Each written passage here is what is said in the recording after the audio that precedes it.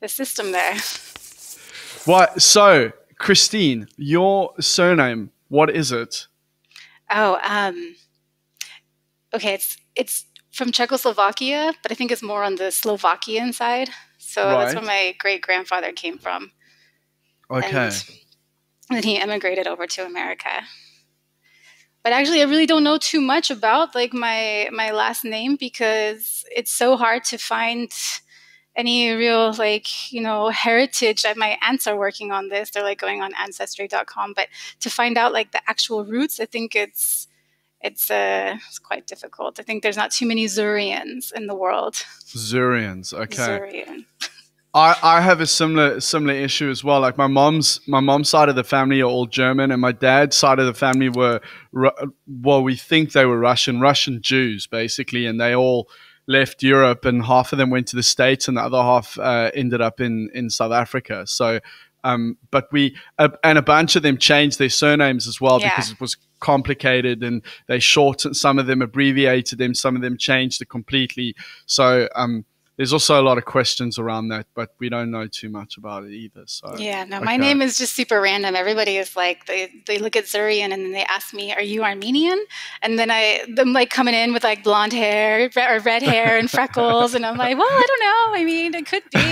We don't really know the origins. I mean, we know that there's like a town in Slovakia where there was like a bunch of Zurians, but as far as that goes, like I've met people like with Facebook, I've met people online, like a guy in Ukraine and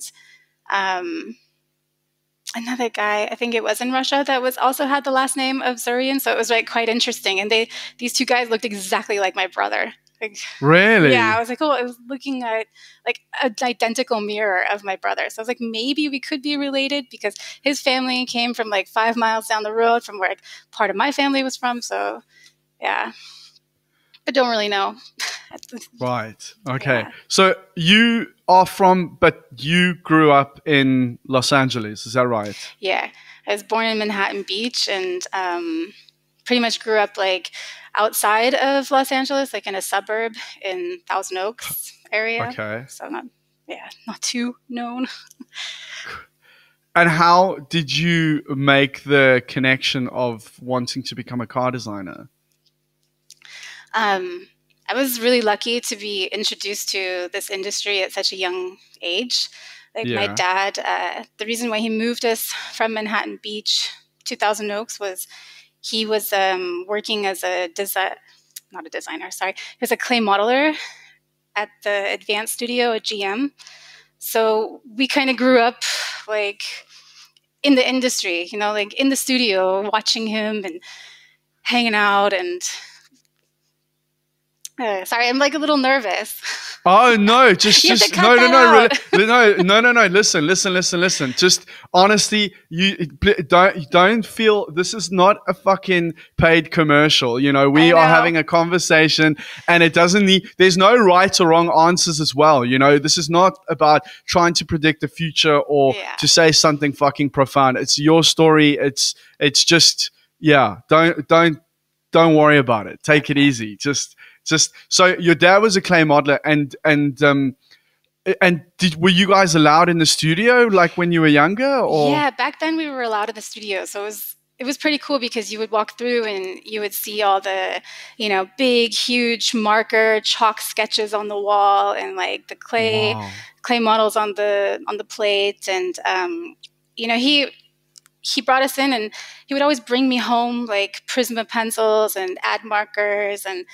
One time he brought me home like an airbrush gun because that's what the designers were using. And I always loved sketching. Like I think I drew rainbows on everything. Like I was sketching horses and rainbows and houses. And I was like trying to copy Disney characters. Like I was always drawing. So coming into that environment, I was like, I was super small. I was like 5 or 6 years old. And like seeing that you can like, seeing a designer's desk was amazing. Like seeing all the markers and then all the pencils, and it's like, oh, that's what I want. I want to have, this setup. And so he worked for GM for quite a while, and then when he was, I don't know when what year it was exactly, but he started getting into like feature films. So okay. like he would so yeah, he started getting into feature films, and his first film was Back to the Future 2. So after work, he would go to another shop and work on all the back then it was like Ford Probes that they turned into like these futuristic looking cars, and like he did the police motorcycle and stuff, and it was really cool. And my mom, did he spend any time on the set at all? Yeah. Did he meet Flea from the Chili Peppers? No, but I have met Flea several times, like outside of like just randomly. But this is like another, yeah, it's so funny. Like, fuck, what? Just like on the street, or? Yeah, one time we were. It was like my 21st birthday, and so my girlfriends and I went to Las Vegas, and there was like a waiter there at the Hard Rock Cafe. We were having like my birthday dinner, and the guy goes, "Yeah, you guys want to go see the Chili Peppers tonight?" And we're just like, "Yeah, sure," like thinking he was full of shit. And he's like, "No, seriously, like they're playing in my backyard." And we're like, yeah. And so my friend Marie was like, "No, come on, we have to go. Let's check this out." And I'm like, "Dude, I just want to go gamble. Like, I want to go party." And she's like, "No, come on, we got to go check it out." And so sure as shit, like the fucking Chili Peppers are playing there, like over a pool in this guy's backyard. And, it's like a private show. And so after the show, we were like up to Flea, "Hey, how's it going?" And yeah. And then later, I also met him, like, I was doing a project with Quicksilver, and he was also part of this project. And so I got to like see him like there too. I was like, "Yeah, we met you in Vegas." So embarrassing as a teenage girl or whatever. So, or not did you meet the whole band, or was it just him? No, we just got to meet him because he was kind enough to take pictures with us. He's actually a super down to earth guy. He runs like a music academy for Silver Lake. In Silver Lake for underprivileged kids, and just like the local like kids in LA. And I feel like I know him, honestly. I've been a big Chili Peppers fan since I was like 12, and I've watched every documentary. I've read all the books. I've just finished this time last year. His biography, Acid for the Children, came out. I just read that, and I feel like I fucking know him and Anthony personally, and John as well. I love John, and he's back as well. Yeah, I don't know too much about them. I mean, I listened to their music, and I was like a huge fan, but personally, I don't know too much about like their journey and their life. It's just Flea is someone that we've always ran into in LA. We're like, it was just a running gag, like, "Oh, there's our buddy Flea again." It's just like a joke. That's sickening. We saw him, so many random spots at random times. And, yeah. So, like Khrystyne, what's quite so you were like exposed properly to the industry at a super young age, and it was like from a little girl's perspective, you were just like, well, these guys are literally coloring in for a living. Like, is that the way that you saw things? Yeah, pretty much. And then, like I said, my dad after he was doing Back to the Future, GM had left California. So it was like either we go to Detroit or, he opened up his own business in TFX, TransFX. Yeah. And so that's when he like focused more like on the like feature films and doing concept cars for like the studios in California. And I wasn't really sure what I wanted to do, but we always worked for him when we were like in the summers, it's like teenagers, like sanding parts and laying up fiberglass and making shit. Yeah, making shit. So it was really fun to work with your hands, and at that time, like I had just started graduating. I just graduated high school, and I didn't really know what I wanted to do. Like I wanted to do something in art and design, and how can I put this? Like this was just like the good blend of both. Like I had just gotten into cars, and yeah. I think that's honestly, I would say that's probably like, a similar orientation for me as well. I love cars. I do. But I wouldn't say that I'm a quote unquote petrol head, that like, And I think that at times it's kind of looked down upon negatively, or it has historically. And this is something that I was talking to Anna about, that she was saying, like, that it's very fucking narrow minded to think that you need to be this hardcore petrol head to be a good designer, or to bring, like, the point of it, the point of our business is to bring something new to the equation. Yeah, I wasn't a petrol head. I mean, I really fell into this because after high school, I didn't directly go to art center or to college. Like, I went to the community college and was taking drawing courses. I tried doing graphic design. I tried illustration. I tried so many different things, and nothing really kind of stuck with me as like an interest. And here on the side, I was like working for my dad, and he was working. And he had, when I growing up, he was working on like Batman and like AI and Mission to Mars. And I got to see all this amazing like entertainment design. And this artwork was fantastic. And I was like, okay, that's what I want to do. And it took a while to really figure that out. You said you've got two brothers, is that right? Yeah, that's two brothers. And they became modelers as well, right? Mm-hmm.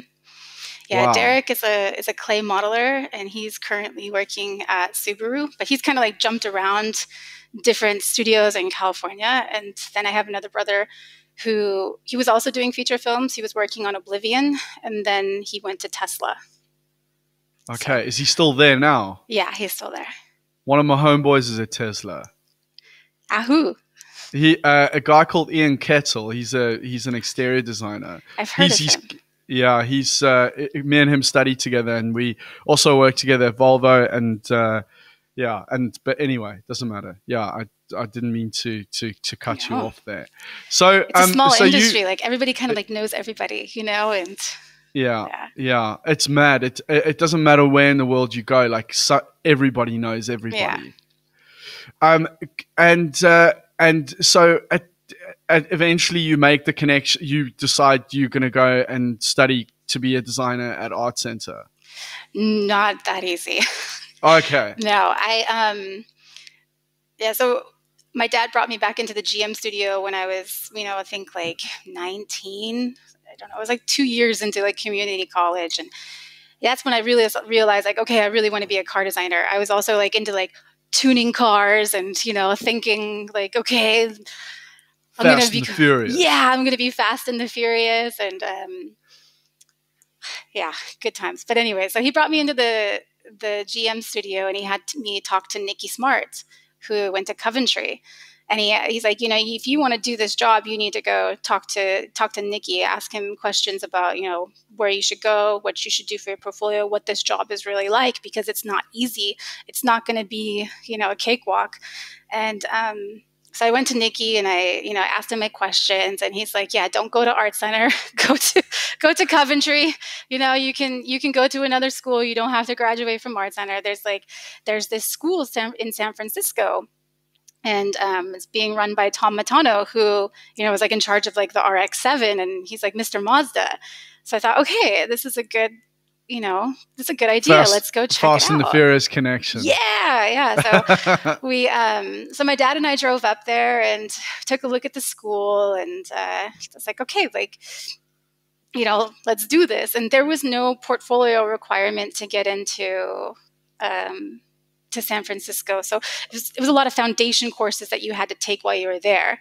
Because at the time, I was just starting out to draw cars, and I completely sucked. Completely sucked. But so I went to San Francisco for 1.5 years, and that's where like I met John Liu and Arash, and really focused on like sketching and learning to sketch cars. And it was unfortunate that I was in a really bad like surfing accident, and then like a car accident, all within the same month, and I had to come back home. But it was after that where I applied to Art Center. So it was like years after high school. Why do you think that he was discouraging you from going to Art Center? I don't think it was what was the negative accent? Was it because it was like $250,000 a term to study there? Or I mean, it's expensive, and I think he wanted to say that so many other schools out there that have really good programs, and you can get a job if you just put the hard work in, and it doesn't matter really where you go to school. You're learning the same process, and I think that's maybe that's what he was trying to say, but or maybe Cool. it was just he was just really So, proud of Coventry. so in the end, you did end up going to Art Center. Yeah, I ended up going to Art Center because after the car accident, it was really hard. I had like disc injuries in my back. Like I had 2 prolapse discs, and so it was really painful. Jesus. And so yeah, I had to like kind of like turn the whole life around, like turn a different plan and say, okay, stay home, go to Art Center and be a little bit closer to my parents. Okay. Okay. And was it a struggle to get in there? I put a portfolio together of all the work that I did at in San Francisco. So it was like a year and a half of work. And they didn't take over any of my credits, but I did get in on the first try. Wow. I was really Cool. lucky. So you met, well, you had some of the people that Anders talked about at Art Center at the time that you were there. So Marek Georgievich, for example. Oh, yeah. Yeah. I had him for my, I think, sixth term, my mobility term, and also for 8th term. I think in my 6th term, I think I disappointed him so much. I don't know. I think I needed to take myself more seriously and have more confidence in myself. And he knew I wasn't giving him like my all. And so in my 8th term, like I really stepped it up and it was like, okay, I need to push harder, work more, like just make this guy like me. Do you think that was one of the pivotal moments while you were at Art Center to kind of really raise your game? No, I mean, Art Center was really competitive. It was a really tough school. I think every single term you had to raise your game. It was not easy. And there was, other girls in the class who were just as good, if not like even better. And, you had to look around you and say, okay, I need to step it up. I need to work harder. It was really tough. Art Center was probably like the hardest thing I've really ever had to do, but also the most fun. It was also really fun. Were you also sleeping in the studios and all that sort of shit, or? Oh, yeah. Wow. Okay. I think like the most days that we did in the computer lab was like 5 days straight. Really? Just nonstop, like no shower, no going home. We smelled so bad. Like my friend Lily, she was the girl that she was like my best friend. She was also in transportation design. She currently works at Honda, but like we did our entire studies together. And so when we were like in the art center, like computer lab for 5 days nonstop, just working on our Viscom work. So not what, making alias models or just drawing? Oh, everything. I think back then, like Photoshop was, we learned Photoshop pretty late, like halfway through our studies, I would say, because we were still learning in markers and chalk and like analog techniques. So I think this was for our first Viscom class with Photoshop with Ian Cartaviano, and we spent like 5 days like working on our finals, just busting it out. Jesus. Yeah. And where did you intern when you were studying? I interned.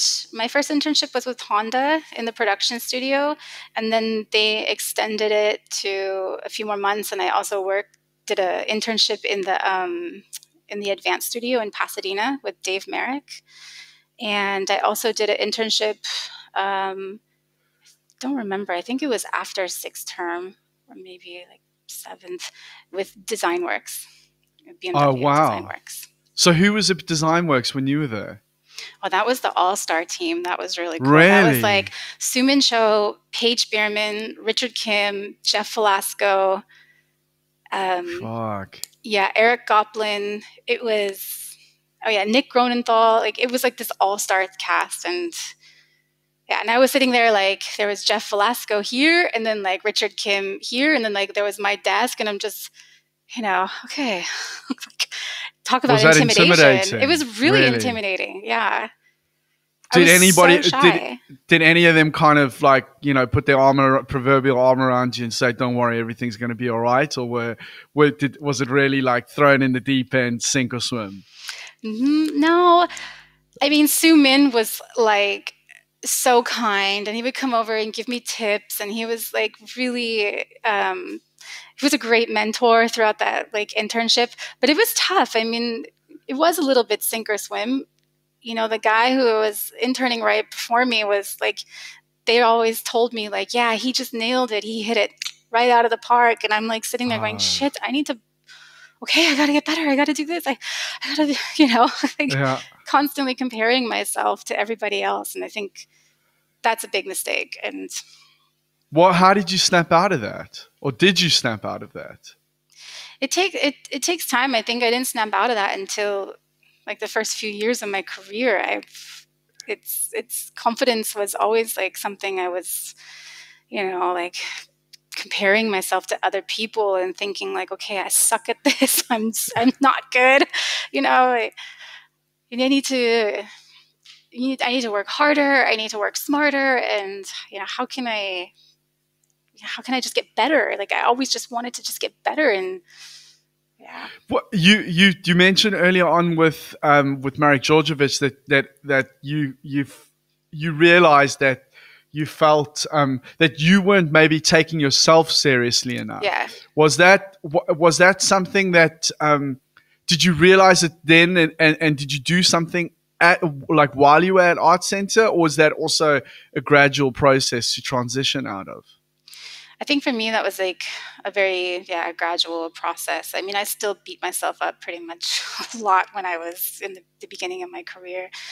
Um, but at Art Center, once I moved to Pasadena and I was able to focus more on my studies, it was a little bit easier to just be in the studio and be involved and be around the other students. And if so and so was pulling an all nighter, it's like, okay, then I better pull an all nighter. And you know, you, there was a lot of super talented kids, and then there was a lot of people that also they were really good, but you had to just work even more to get up to that level of like the natural talented kids. And that's something that I really worked so hard to do.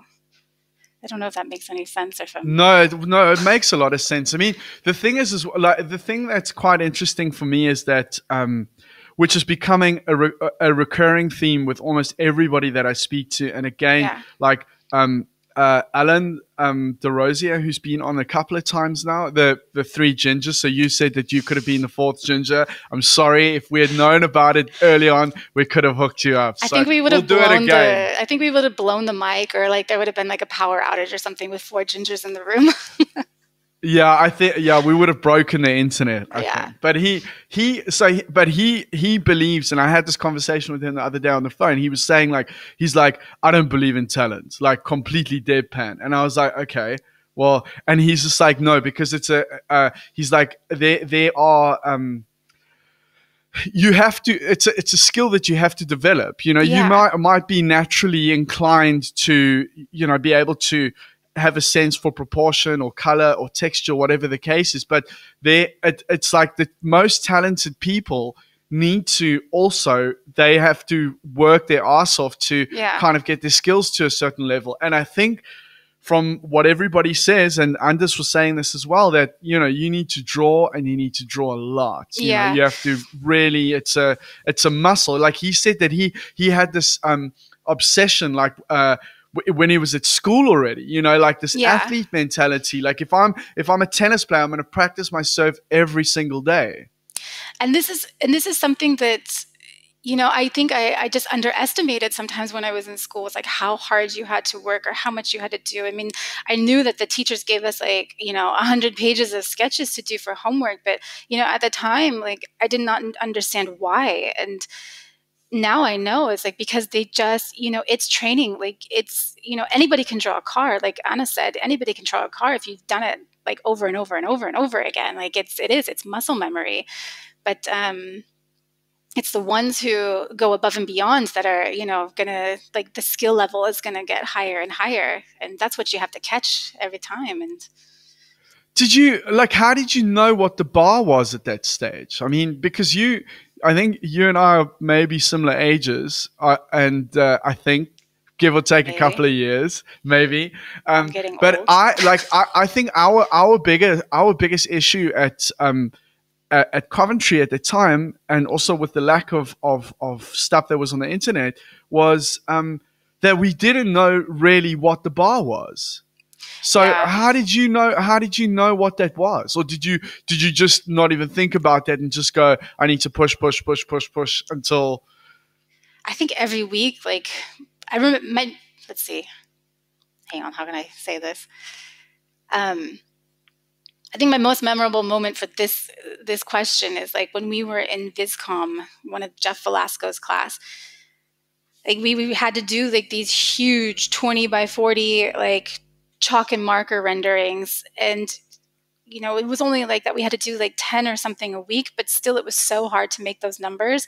But every week we would, like, say, okay, he got the Burger King hat of the week, or she got the Burger King hat of the week, because we were just, like, blown away by somebody else's sketches. And every week this class was setting the bar, like, okay. Ah, you cut out. Can you hear me Back. now? Yeah, yes. Sorry. So you every week, like, somebody was bringing.